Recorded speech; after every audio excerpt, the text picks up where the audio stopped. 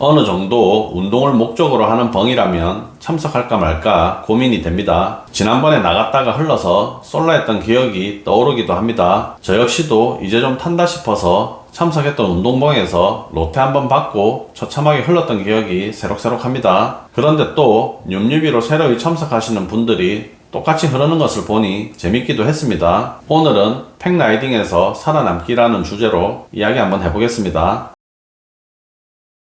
동호회 활동을 열심히 하신 분이라면 참석자 명단만 봐도 대충은 실력이 가늠이 될 것입니다. 잘 모르겠다 해도 스트라바 뒤져보면 너무 잘 나오죠. 라이딩 참석자들의 실력을 한번 스캔해 봅시다. 오늘 라이딩이 샤방인지 운동인지 헬벙이 될지 각이 나올 겁니다. 굳이 이런 것을 왜 하냐고 생각할 수도 있습니다만 자전거판에서는 샤방이라 해놓고 병림픽을 하고 10년차도 넘은 자린이들이 판치는 곳이기 때문입니다. 이런 판에서 살아남기 위해서는 본인 스스로가 참여하는 팩라이딩의 수준을 가늠해 볼 수 있어야 합니다. 지피지기면 백전백승이기 때문이죠. 웬만큼의 실력 차이가 아니라면 로테이션 없이 뒷사람을 따돌기는 힘듭니다. 드래프팅 효과를 이야기할 때 두 번째 라이더는 70%를 세 번째부터는 60% 정도의 힘만 사용해도 선두와 같은 속도를 유지할 수 있다고 합니다. 그만큼 선두의 체력 부담이 큰 것입니다. 본인 실력이 부족하다 판단되면 사전에 양해를 구해봅시다. 그리고 로테이션 도는데 방해되지 않게 제일 뒤쪽에서 라이딩 합시다. 로테 돌고 뒤로 빠지는 라이더를 본인 앞쪽으로 유도해 줍니다. 이렇게 한다면 본인보다 강한 팩에서의 라이딩을 무사히 마칠 수 있을 것입니다. 이래놓고 어필이나 기타 오픈 구간에 아껴둔 힘으로 BA를 친다면 진심 모기보다 못한 인간이 되는 거겠죠.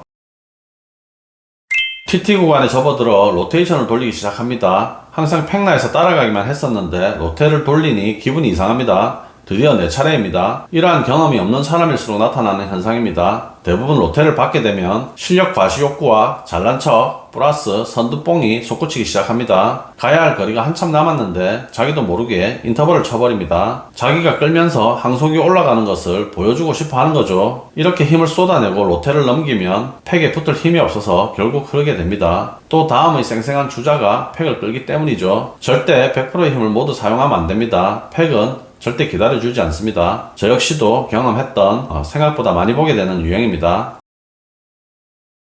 반대로 로테이션을 넘겨받고 팩의 항속을 떨어뜨리면 안됩니다. 속도는 바람이나 경사도에 따라 달라지기 때문에 절대적인 것은 아니지만 뒤쪽에서 들려오는 라쳇 소리의 크기로 짐작할 수 있습니다. 여러 명의 라쳇 소리가 겹치면서 점점 더 커진다면 내 페이스가 느린 것입니다. 어서 빨리 로테이션을 넘겨줍시다. 팩의 속도를 유지하기 힘든 실력이라면 최선을 다해서 짧게 끌어주면 됩니다. 항속을 깎아먹으면서 10분을 끄는 것보다 1분을 끌더라도 항속은 유지해 주어야 합니다. 최선을 다해서 짧게 끌고 넘겨줍시다. 우리의 목표는 끝까지 살아남는 것입니다.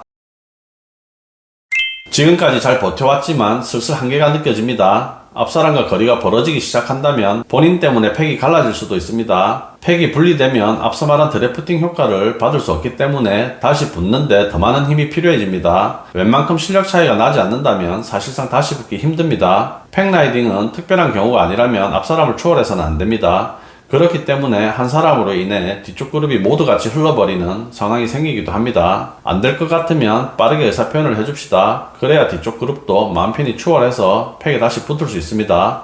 먼저 가라고 합시다. 오늘도 우리는 강해졌고 또다시 도전하면 됩니다. 우리는 외롭지 않습니다. 원래 솔라를 더 좋아했으니까요. 누구나 그렇듯 저 역시도 처음에는 혼자서만 탔고 충분히 즐거웠습니다. 자전거 도로에서 무리지어 달리는 동호인들 때문에 눈살 찌푸리고 뒤에서 욕하기도 했습니다. 그렇게 자전거를 즐기는 시간이 길어지고 어느 순간 저 역시도 동호회 팩라이딩을 즐기고 있더라고요. 지나고 보니 그렇습니다. 자도에서의 팩주행은 지양하고 공도 위주로 주말 이른 아침 시간을 이용한다면 남들에게 피해주지 않고 즐거운 팩라이딩을 즐길 수 있습니다. 제가 생각하는 팩라이딩의 장점입니다. 솔라로는 달릴 수 없는 기록을 스트라바에 남길 수 있고 경쟁으로 인한 훈련은 실력 상승으로 이어지며 함께하는 소속감으로 더 즐겁습니다. 솔라로는 느낄 수 없는 팩라이딩의 즐거움 한번 느껴보시길 추천드립니다. 이상 자전거 훈련소였습니다. 감사합니다.